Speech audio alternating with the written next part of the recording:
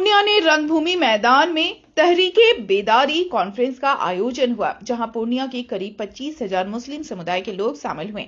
इस मौके पर राज्यसभा के पूर्व सांसद गुलाम रसूल बलियावी बतौर मुख्य वक्ता पहुंचे। इसके अलावा मंच पर देश भर से आए करीब 50 वक्ता मंचासीन रहे। कार्यक्रम के सूत्रधार मुफ्ती जुबैर ने बताया कि मुस्लिम समुदाय के पैगंबर हजरत मोहम्मद पर आए दिन अभद्र टिप्पणियां की जाती हैं, जिसे लेकर सरकार से सख्त कानून बनाए जाने की मांग कर रहे हैं। इसी मौके पर पूर्णिया के रंगभूमि मैदान में आज टिहरी के विदरी कॉन्फ्रेंस का आयोजन किया गया है। इस कॉन्फ्रेंस का मकसद यह है कि मुस्लिम समुदाय पर आए दिन हो रहे अत्याचार के खिलाफ सरकार से कड़ी कार्रवाई की मांग की जा रही है। आज मुस्लिम सामुदायिक है करीब 20 से 25,000 लोग शामिल हुए।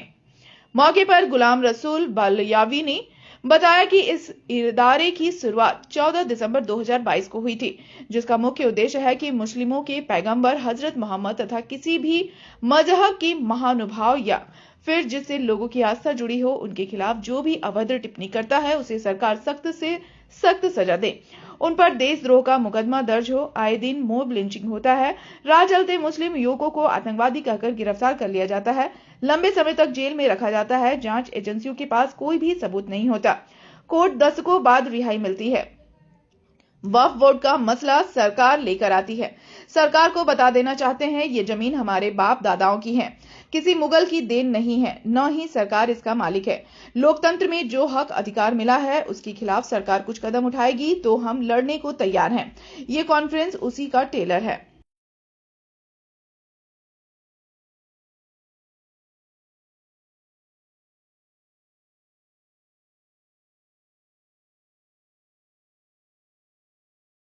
बेदारी कॉन्फ्रेंस रखा गया। ये तहरीके बेदारी कॉन्फ्रेंस रंगभूमि मैदान में आज 2 फरवरी को इदारे शरिया मरकजी इदारे शरिया पटना की जेर एहतमाम और इदारे शरिया कोशी कमिश्नरी पूर्णिया की जानिब से ये इसलिए आज तमाम लोगों को जमा किया गया है ताकि हमारे पैगंबर सल्लल्लाहु अलैहि वसल्लम की जो आए दिन हिंदुस्तान में तौहीन की जाती है और उनकी गुस्ताखी की जाती है, कभी किसी आदमी की शक्ल में तो कभी कोई लीडर की शक्ल में और कभी किसी की शक्ल में, तो उसी के रोकथाम के लिए तहफ़्फ़ुज़े नामूसे रिसालत के लिए ये तहरीक बेदारी कॉन्फ्रेंस मनाई जा रही है, ताकि हुकूमत से हम मुतालबा करते हैं कि वो एक ऐसा कानून बनाए और जिसमें कोई भी किसी भी मजहबी रहनुमा की कोई तौहीन न कर सके। अगर वो तौहीन करे तो उसे वाजिब सजा दी जाए और उनके जमानत जो है हमेशा के लिए मफसूस की जाए।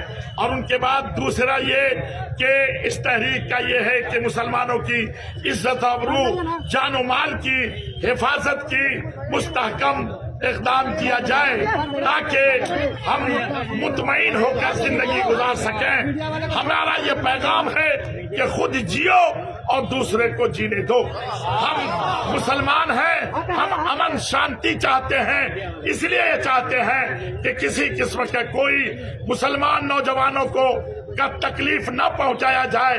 और तमाम मुसलमानों से भी गुजारिश करते हैं कि वो भी किसी भी मजहब के किसी भी आदमी को बिला वजह तकलीफ न पहुंचाएं। हमारा इस्लाम का यही पैगाम है। इसलिए कहते हैं जियो और दूसरों को जीने दो।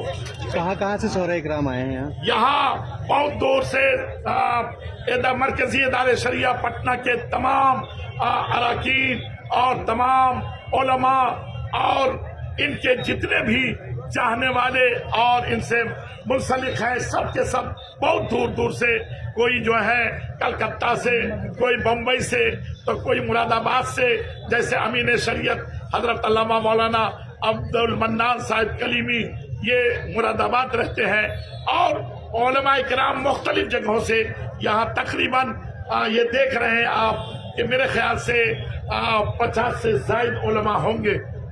मैं कम बोल रहा हूँ वरना 50 से भी ज्यादा होंगे। सदारत के तौर पर कौन है? और ये सदारत गाज़ी मिल्लत मोहसिने कौम रहबरे कौम, जाने कौम हजरत अल्लामा मौलाना गुलाम रसूल बलियावी, सदर मरकजी इदारे शरिया सुल्तानगंज पटना और जेरे एहतमाम इदारे शरिया कोशी कमिश्नरी पूर्णिया, जिनका मैं काजी शरीयत सीमांचल हूं और यही इदारे के तहत मैं काम करता हूं।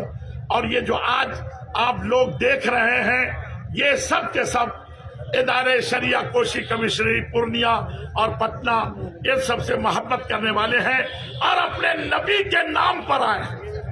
ये किसी पार्टी का इसमें कोई दखल नहीं है, बल्कि ये खालिस मजहबी बेदारी 14 दिसंबर 2022 से चल रही।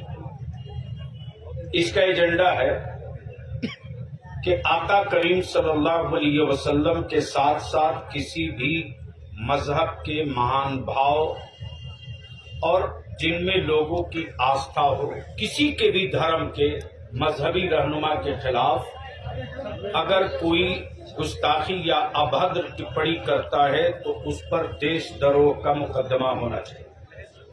नंबर 2, मॉब लिंचिंग आम हो गई। ट्रेनों में देखकर टोपी दाढ़ी मारा गया और अदालत में बैठे जजेस मारने वाले को पागल डिक्लेयर कर दी। आखिर वो पुलिस में बहाल कैसे हुआ अगर पागल था तो? इस पर क्यों नहीं जांच हुई? क्या पागलों के हाथ में राइफल दे देगी हुकूमत? मॉब लिंचिंग आम हो गई। कहीं किसी चौराहे से हमारे बच्चों को आतंकवादी दहशतगर्द करके कोई उठा ले, 30 साल 25 साल 20 साल तक हमारे बच्चे जेल में पड़े रहते। ANI